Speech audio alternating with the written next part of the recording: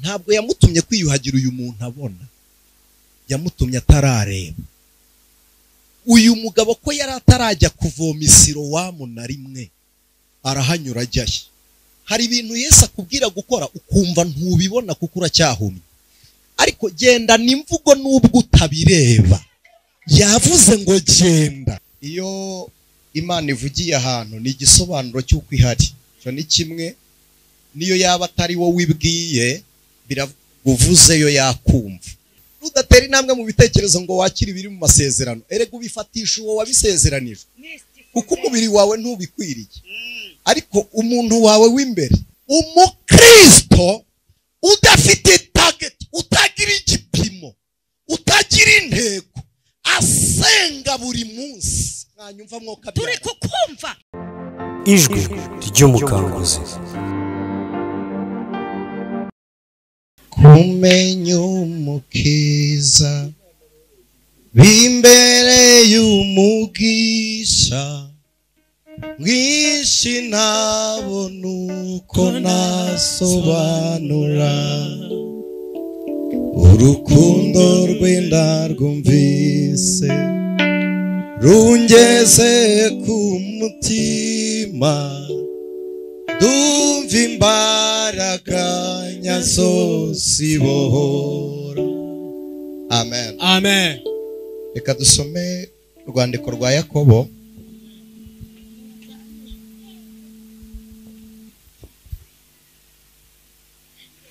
igice cya 5. Urwandiko rwa Yakobo igice cya 5 murongo wa 18. Nyamara guhagarara imbere yanyu tugiye kuganira ijambo ry'Imana nabyo ntabwo ari ugucecekesha umwuka wera. Bitume mwihanganira guceceka ko ntabwo ari impfabusa. Imana ibaho umugisha. Igice cya 5 murongo wa 18 haravuze ngo arongera arasenga, nuko ijuru rigusha imvura, ubutaka bumeza. Abantu bahageze twuzuze. Arongera arasenga, nuko ijuru rigusha imvura, ubutaka bumeza myaka yabwo. Amen. Akire neza iri jambo ku bwa Kristo Yesu. Reka ngutume umpera umuntu ikiganza muri kumwe, umubwire ngo Imana iguhe kwera umwero wawe. Haleluya.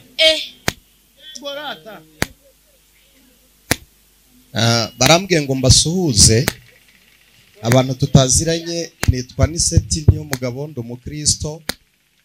Nimuba muri ahantu Imana ivugira niyitabavugaho, mwe mujye muvugana nayo. Hari kimwe mu bintu namenye, iyo Imana ivugiye ahantu ni igisobanuro cy'uko ihari. Cyo ni kimwe niyo yaba atari wowe ibwiye, biravuzeyo yakumva. Ayo ni amahirwe yo kuba mu iteraniro riri mu mwuka wera. Rero tugize umugisha wo kuba hano, umushumba uduhaye umwanya, Imana imuhe umugisha. Twebwe twari twamenye ko ari ngombwa ko tuza kwimanyuriraho umutsima ungana dufite, tuza tuje kumva ibyanditswe byera. None ubwo iyi promosiyo nyibonye, mureke ngakoreshe mbabwire ngo Imana ibahe kwera umwero wanyu. Hari igihe umuntu ajya arumba atari uko atari mu murimo, atari uko yabuze ifumbire. Hari igihe umuntu arumba ukishakisha ukibura. Irene aratubwirije, avuga amagambo menshi. Irene sinjya mpaga kumwumva. Abwo njya mpaga kumwumva. Ibintu nkoreye nanjye sinzava mu izina bimwishyuye, ntabwo ari inzika mbi n'ishyaka, kuko uburyo yabigenjemo ndabizi. Avuze amagambo menshi, ariko agera ku ijambo rivuga ngo Imana igikiza iki, igikomere gasibanganya n'inkovu yabyo. Abanyamasengesho ikintu tujya tugiraho esheke, twumva kenshi ariko tukumvira gake. Iryo uritwaye ukarigenderamo birahagije kurihinduza ibihe urimo, kuko hari ibintu kuri twebwe bitazahinduka tutabigizemo uruhare. Guhinduka k'ubuzima urimo bizagusaba kubuhagurukamo kandi ukiburimo. Meruka gusoma agatabo kamwe, ari isomo narindi kwiga, njya gusakinga ngira ngo ndebe ukuntu nakiyorohereza. Sanga umugani umukoreye yaciye, aravuga ngo umuntu ushaka gukira ubugaragu abanza kwemera guhakwa. ubu mugaragu ndetse cyane ikintu ushaka gukira wowe ushaka kugikira gihagurukemo.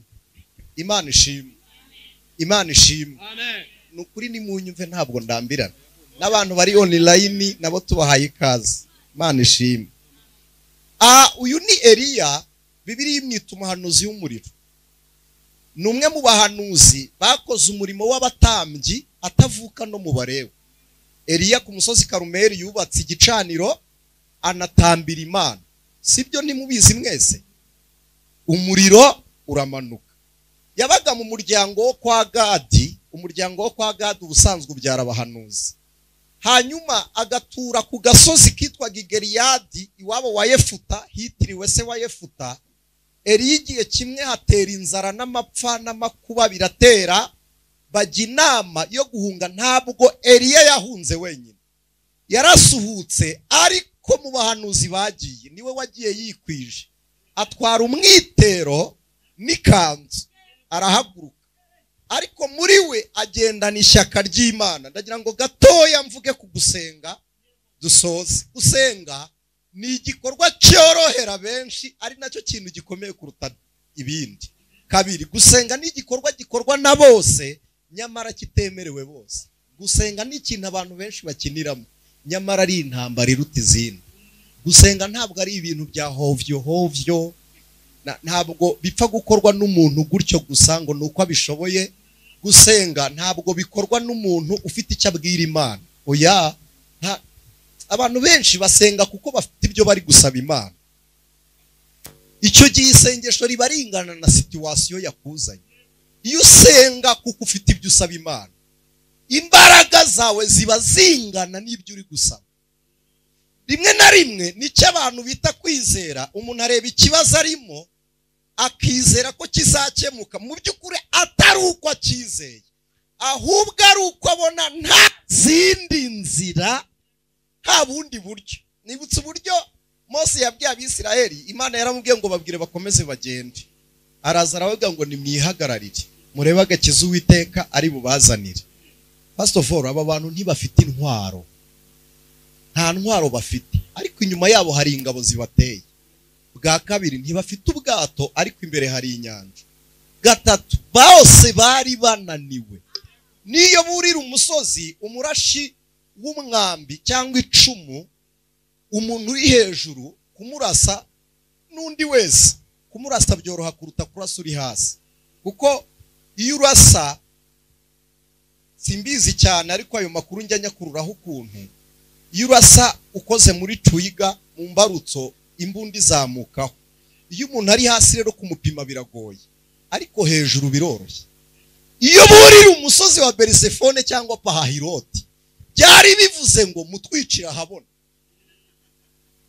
Mose avuye imbere y'Imana yakoze mistake Imana yamugayiye, ari ryo sengesho rusange. Yagiye imbere y'Uwiteka arataka. Imana imanutse imubaza ijambo Imana itubaza kenshi tukaburana nayo. Iramubwira ngo ni iki gitumye tuvugisha ukuri. Ubu nta gihari gituma Mose ataka, ariko iramubwira ngo ni iki gitumye.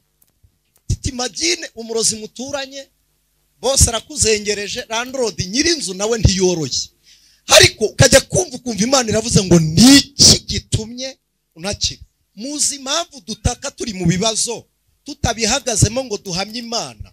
Nuko twemera ko bidushorera tuje gusenga, tukazanwa no kubivuga.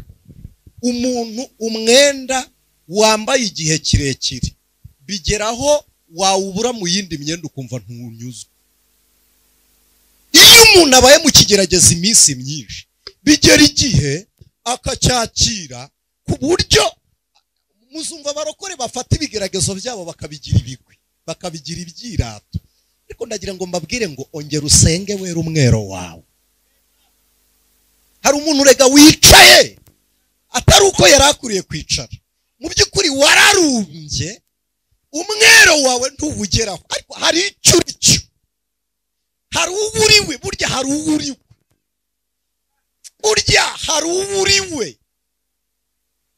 Imana ishimwe. Yewe natangariye Yesu, umugabo yamaze iminsi anyura yica yicaye ku nzira atabona, asaba umunyuze yamubwira ngo mfungurire. Ni ukuri Yesu agiye kumukiza, ntabwo yavanye akondi Betelehemu cyangwa Yudaya, yagateruye aho wa muntu yicara, yagatobejeje ikiza amacandwe ye, amusiga ku maso, aramubwira ngo genda wiyuhagire. Ntabwo yamutumye kwiyuhagira uyu muntu abona, yamutumye atarareba. Uyu mugabo ko yari atarajya kuvoma Silowamu na rimwe, arahanyura ajyayo. Hari ibintu Yesu akubwira gukora ukumva ntubibona kuko uracyahumye, ariko genda n'imvugo nubwo utabireba. Yavuze ngo genda. Njya nkunda kubivuga, nudatera intambwe yo mu bitekerezo. Abarokore turi abakire ku munwa, yego, ariko muri mind ndababwiza ukuri. Aye, nudatera intambwe mu bitekerezo ngo wakire ibiri mu masezerano, erega ubifatisha uwo wabisezeranije, kuko umubiri wawe ntubikwiriye, ariko umuntu wawe w'imbere yarabiraze, naba ari ukoresha byakira. Noneho reka ngereho nsenge. Gusenga ni iki? Abantu benshi iyo basenga baravuga ngo Mana udutabare. Ibyo uri kuvuga ni bike pari raporo n'iby'Imana yagutabaye. Suzugura ikibazo. Hari umugabo nigeze nsuzugura mbigambiriye, musuzugura mbishaka kandi ndi proud yabyo. Yampagaze imbere aza kuntuka, aho yarari kuntukira mpamurusha ubutware. Kabiri, ntiyankubita urushyi, ntabwo yari kunshobora, ntabwo yanshobora. Gatatu, sintahiwe ntataha iwanjye, Kriste nzi neza ko ibintu ari kuvuga ni igisobanuro cy'uwo ari we. Ndiyoroshya ndavuga nturi kuvuga ibikurimo, ariko nturi kuvuga ibindiho. Ambwira nabi, yamaze hafi iminota 40 ari kuvuga nabi. Asoje maze kumwumva ndamubwira noneho ubahiriza ibiri muri iyo letre nakwandikiye. Ugira umugoroba mwiza, tihagurukira ndagenda. Niki kindi yampindura? Uzi ikintu yakoze? Yarapfukamye arambwira ngo narinzi ko nkubwiye unyumvishe, ariko ndumva nkoze amahano ndakabije. Arambwira ngo mbabarira, fati letre nari muhaye imwirukana ndayica. Ndamwe n'ikintu nashakaga no kuca bugufi gusa. Tumenyereye abantu batubwira nabi n'abadutuka, kandi abadutuka n'abatubwira nabi nabo bafite igikomere mugomba kubatwaza, kuko nabo bakeneye umuntu babwira nabi akabihangana kugira ngo nabo bakire uruguma bafite. Yarambonye rero, kumutega amatwi birampindura imbwa ari kunyita. Ategereje iminsi 30 umushahara ukagera nkamuhemba. Nantuka ndaba umugaragu abe bose, ntibishoboka. Nawe rero fata icyo kigeragezo, fata icyo kigeragezo. Nubundi Yesu yarabivuze aravuga ngo niwiganyira uziyungura iki? Ni igiki wiyungura ku munsi w'amaganya yawe? Uzi ikintu wifasha? Umuntu uganya mu gihe cy'umubabaro aba ameze nk'umuntu wafashe mu bugi bw'inkota y'umuntu umurwaye. Guca ikiganza biroroshye, ariko none umuntu wiyumva akisobanukirwa, niba ari ikintu namaze kumenya, nuko Imana iduhamagara ariyo kwizerwa. Kabiri, niyo yagennye ibihe, ntirabwira igitondo ngo egerayo ijoro rize ngo igitondo cyange, ntirabwira ijoro ngo egerayo igitondo gitambuke. Niyo Mana inyuranye ibihe. Imana ifite ibisubizo by'abizera, ahubwo irashaka abayegera bafite ibiganza byakira ibiturutse mu bubiko bwayo. Uyu mugabo Eliya yarebye situation uko ihagaze, isanga igihugu cyose abahanuzi barashize. Inayoti, Rama, Ibeteri, Idani hose barahashize. Noneho arangije aravuga ngo ngewe ndahari. Ntiyamenya ko hari ab'Imana yabitse. Mwagize ngo twaje hano tuje kureba iki kindi? Nge maze iminsi mfite umwuma nkumbuye imvugo y'Imana. Nkumbuye imvugo y'Imana. Hari abantu badakunda ubuhanuzi, ariko ngewe iyo ngize umugisha ikamvugaho aricyo nanabitegera nkajya hehe aricyo hari ibintu ari seti ndakeneye, sinkeneye indege, sinkeneye amaki, oya indege nyishaka nanjye ubwanjye nabyiremera Imana itabivuze, ahitega nkagenda Imana itabivuze, ibyo nabirema bikaba. Hari ibintu bitagisaba ko dusengera pe, umuntu yiremera bikaba. Kumbwira ngo nguhaye ikote ni ukuri kw'Imana, ibyo nimushaka mu byihorera, ariko bivuga ari icyo, iyo ndege iba ari icyo, ayo yego sha ari icyo ubutandukanye n'abandi bose, yego ko Imana igushoreza ineza yayo. bategesha yabo yikadutegeka.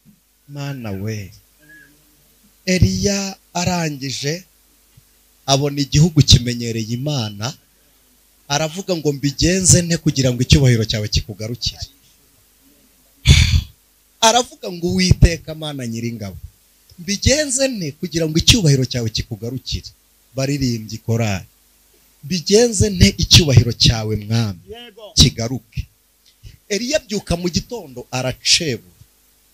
Icyo ni icyambere. Umuntu wese usenga agomba gufata umwanzuro usa n'uw'ibyo ashaka ko Imana ikora, agasa nabyo. Niba ari intambara ugomba kurwana. Icya kabiri, niba uri kuvuga ngo Imana ikora iki, ugomba kumenshoninga ko icyo ari cyo, gutagetinga. Pawulo yaravuze ngo ndaterana ibipfunsi, ariko simeze nk'umuntu uhusha. Aravuga ngo ndimo ndasiganwa, simeze nk'utazi yonge. Aravuga ngo ndimo ndashaka gusingira icyo Kristo yamfatiye. Uyu muntu, intambwe ya kabiri y'umunyamasengesho, ya mbere ni icyemezo, iya kabiri ni uguhinduka agasa n'icyo akeneye ku Mana. Hari abantu bajya bashaka gutabarwa n'Imana badasa mu by'ukuri n'abakwiriye ineza y'Imana. Eliya afata umwambaro arawuhina, aravuga ngo ngiye ibwami.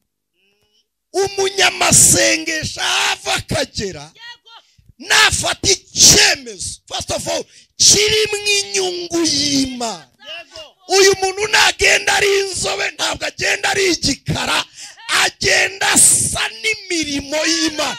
Mu muhanda niyatambuka abasa n'imirimo y'Imana.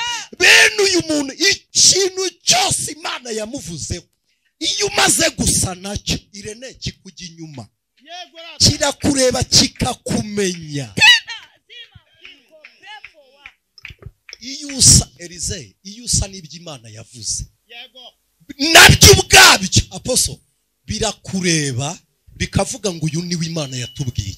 Hari abantu bavuga ngo ntabwo Imana iragutabara ngo kuko utarageza igihe. Barababeshye, nta gihe Imana idakoreramo. Igihe cyose irakora. None se igihe cy'Imana ni ryari? Ni cyari ko njambere. Urakoze. Desha ni nona. Today. Ntabwo Imana ntishobora kukwima ibintu byamenye kuri nyirabyo. Akenshi abantu benshi musirikira mu byanyu kuko mudasa nabyo.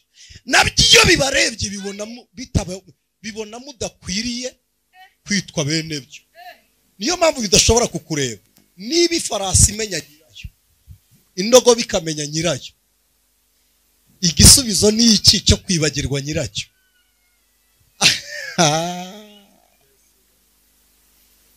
Irene Imana imuha umugisha. Tuziranye kuva kera kandi turakundana.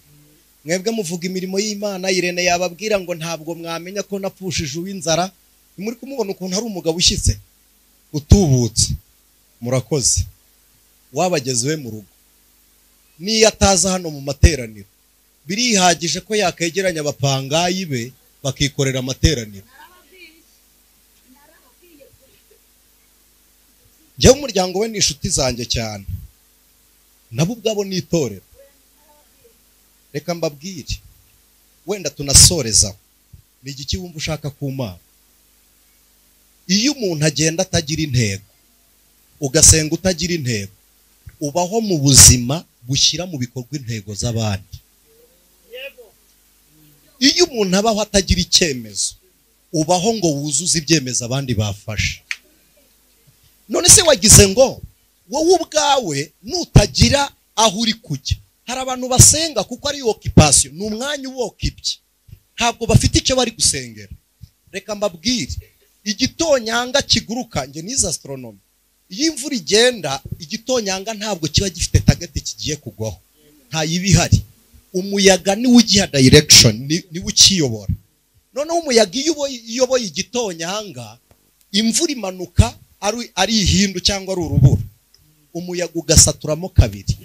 Imbaraga za rwa rubura zigera hariya ku mabati y'iwanyu zitwa igitonyanga, kigakubitaho, umuyaga ugakubita. Rimwe na rimwe n'igitonyanga hari igihe gicika amazi mukacyita mahu. Murakoze. Twebwe tukita amashahi mu rurimi rw'iri yepfo iwacu. Murakoze. Ni ukuvuga iki? Umukristo udafite target, utagira igipimo, utagira intego, asenga buri munsi, mwanyumva mwoka turi kukumva, akaba atagira intego, ariko asenga buri munsi, ameze nka amasengesho ye ameze nk'amashayi, ameze nk'amahuwezi. Ayo ngayo ntacyo akora. Iyo mvura uko yabingana kose, uko yabingana kose, umuyaga urayijyana, nta kimara. Ariko igitonyanga kimwe gifite aho gikubita, niyo haba ku rutare, mu ntege nkeya zacyo gihondaho, none ejo kikongera, ejo bundi kikongera, urutare rugatoboka. Haleluya! Kubera iki? Gifite mu cyico, kirakubita, none hano, ejo bundi hano, ejo bundi hano. Aho gikubita hagera igihe hagatoboka, byanze bikunze. Rero nta kintu na kimwe kiri mu isi, kandi siyanse yarababeshye ibabwira ibintu bidafatika. Abize shimi na biology karimo, urakoze, na physique karimo, ijwi rirafatika. Ese murabyemera? Yego. Ijambo rifatika. Hari icyo twita ama short waves. Urakoze. Kugira aha turi hari umwuka, batubwira ko ari oxygen. Yego. Sibyo? Yego. Wo turi kukurura nyine, hatari oxygen ntitwahaba. Aho igiti gikurira n'umuntu arahakurira, niko batubwira. Mu nyumve nsoreze kurako. Kugira ngo ijwi uryumve, ntabwo burya ndi direct kuri wowe, ahubwo ari abantu mujya mubona igitobore ahantu hari umwenge w'inzu, izuba ryanyuzemo mukabona utuntu tumeze nk'utubengerana. Ntabwo ari atome batwita nuwayo, ni uduce twa atome. Turiya tuntu nitwo dukora impuzanzira, ni natwo internet buri yifatiraho. N'iyi wireless mutagira ngo hari ikindi, n'utwicometseho. N'umuriro nitwitwika iyo turasha umwambi utwika turiya tuntu. Utwo tuntu twose birashoboka. Hari ahantu abantu baba bari ntibavuga. Urugero nko mu mazi, murabizi ko umuntu ari koga ari mu mazi, ntabwo wavuga ngo umuntu mwegeranye akumva. Ntabwo ibyo bikunda, amajwi arafatika. Rero Satani yarabashutse, ababwira ko amasengesho yose musenza agera ku Mana. Ikintu cyose kidafite intego kijarajara, gicikira hafi, ntabwo gishyika, kirangiriraho. Ariko ikintu gifite intego, niyo kaba katsi, uzarebe umubu gukubita hano ugatambuka, ariko ukumva ko ugukozeho. Nukore mu mbona y'ijisho wumve ibikubaho. Bajyaga dusakuza tukavuga ngo narakurizaga, narakurutaga, ngo nakanyarira, kamenyemo nyine karahapima, karahakubita. Karangije karakuboroza, uri umuntu mukuru. Nari mbivugiye iki? Mu isi ibintu biremereye kuruta ibindi ni amasengesho, kandi amasengesho arafatika. Ntibazababeshye, amasengesho arafatika. Ajya ku mupfumu, umupfumu akaryumva ko riri gukorwa. Amasengesho arafatika, aragenda akajya ku murozi, umurozi akabyumva ko twasenze, amasengesho arafatika. Haleluya! Amasengesho yagiye atujya imbere, atubera inkwano, turakwa. Amasengesho arafatika ku buryo ajya mu ruganda agakoresha komande y'ibati, nta kibanza uragira. Imana ijya gusezeranya umuntu, igusezeranya ibona neza ko ibyo ivuze izabikora bigasohora. Iyo wowe ugiye gusenga utazi ibyo wagenewe, usenga nk'utagira ibyawe. Umugisha, mwasomye ijambo ry'Imana niko rivuga ngo hari umugisha ujarajara. Ukore ku Imana. Umuntu waje hano gusenga, urifuza iki ku Mana? Ni iki wumva ukeneye? Ubuze icyo usaba? Vuga ibiri hafi yawe, umwuka kwegereza ibiri kure y'intekerezo. Wivunika. Njyewe nigiriye ahantu hamwe, mpobera imodokari mu Kagera, ndayibwira nti ndagukunda. Nabwa nti ndagukunda, hari ibintu nkunda imodokari, nkunda umugati, ngakunda inka. Nkunda umugati. Kandi ntawe mbwiye ngo awugure, ibyo ndabyiha. Murakoze. Bititwa gusaba. Ndabyiha, icyo korere newe nabimutegeka, sinanamusaba, namutegeka ko ngurira uwo mugati nkawurya. Abeli nabimusaba, Garase we ubwo murumva imigati itagwiriye, simbasabye rero. Mane baho umugisha. Ngenda mbwira imodokari ntiyambi, ndabwira nti ndagukunda.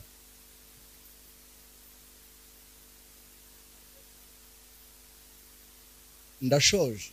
Icyo kirere nicyo nashakaga ko mujyamo. Ntugire ngo hari ikintu Imana izaguha utarakirebesha amaso. Kandi ahantu intekerezo zawe zitaragera, ibirenge ntibizajyayo. Ahantu ibitekerezo byawe bitaragera, ibirenge ntibizajyayo. Eliya yari ataragera mu ijuru na rimwe, ariko apfukamye ari gusenga, abwira Imana ngo icyo nshaka ni icyubahiro cyawe. Akibwira Imana icyubahiro iramwitaba, simatinda ahagarika imvura irashira, akora ibitangaza i Karumeli biraba, aramanuka. Bibiliya yatubwiye ngo arongera arasenga, ngo ijuru rigusha imvura. Ntabwo ari imwe, kandi njyewe nshaka kujya nunga imodokari verisiyo nshya y'umwaka ngezemo. Oya, ibyo wibitindaho, witindaho. Eliya arahagarara, aravuga ngo byahagaze nayihagaritse. Sinzi niba turi kumwe muri iki kirere cy'umwuka. Yaravuze ngo imvura yahagaze kuko nayihagaritse. Bibiliya iravuga ngo arongera arasenga. Reka mbabaze, nibura mama ni wowe unyegereye, ihangane, nibura nkubaze rimwe, nta kintu urasengera kikaba? Yewe byinshi cyane. Ongera rero. Nukuvuga ngo birashoboka, si byose? Nukuvuga ngo bigize bite? Noneho ubishoboka, ongera. Bwira umuntu muri kumwe ngo birashoboka, ongera usenge. Haleluya! Birashoboka Mose. Ubwo bishoboka rero, ubwo bishoboka, Grace turaziranye. Grace ndakuzi kuva kera, Grace ndamuzi. Marise egera hino.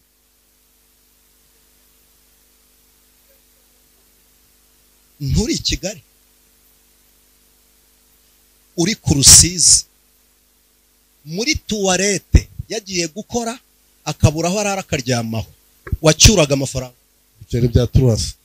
Subira mu mwanya wawe. Bino hano ngwina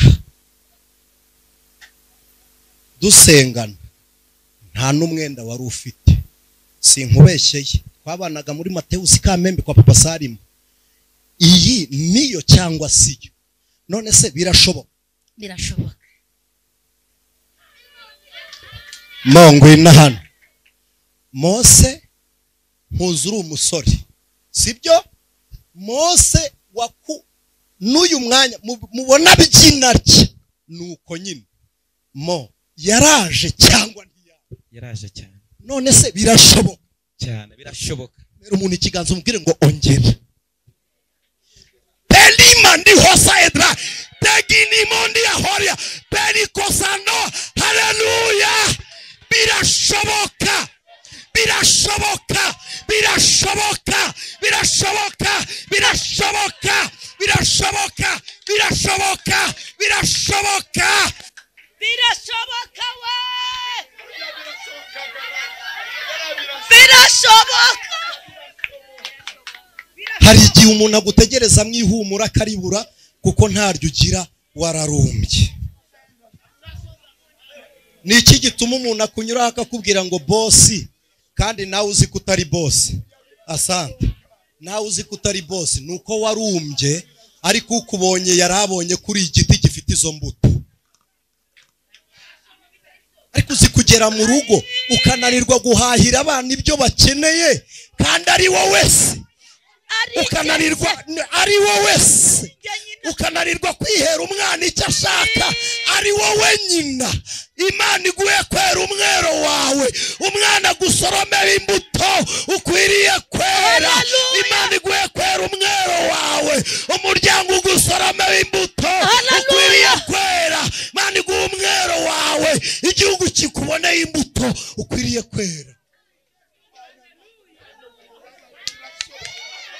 Muhaguruke dusenga. Arongera arasenga. Ijuru rigusha imvura. Muzaperereze nta mvura ibaho ituruka mu ijuru. Imvura itangwa n'ibicu, imiyaga ikayiyobora. Imvura iguye mu rugo rwawe n'izanywe n'ijuru, igwe mu buzima bwawe ari iy'ijuru. Ibiganza byawe byera imbuto zabyo.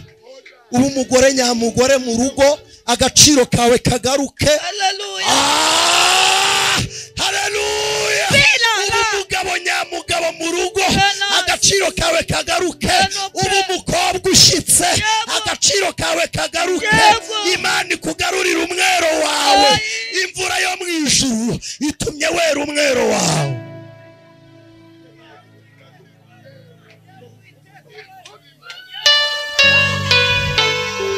Imana igushisha imvura ituma wera umwero wawe.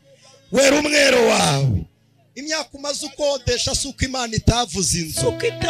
Icyo giti cyatemwe nigishibuke wongere wera umwero wawe. Haleluya. Umaze iminsi usuzugurwa kandi Imana yarakubwiye icyubahiro. Imbuto zawe ni iki Imana yavuze. Ntabwo imbuto zawe ari icyo uri cyo none. Icyo uri cyo none ni igiti, icyo uzaba cyo ni umwero.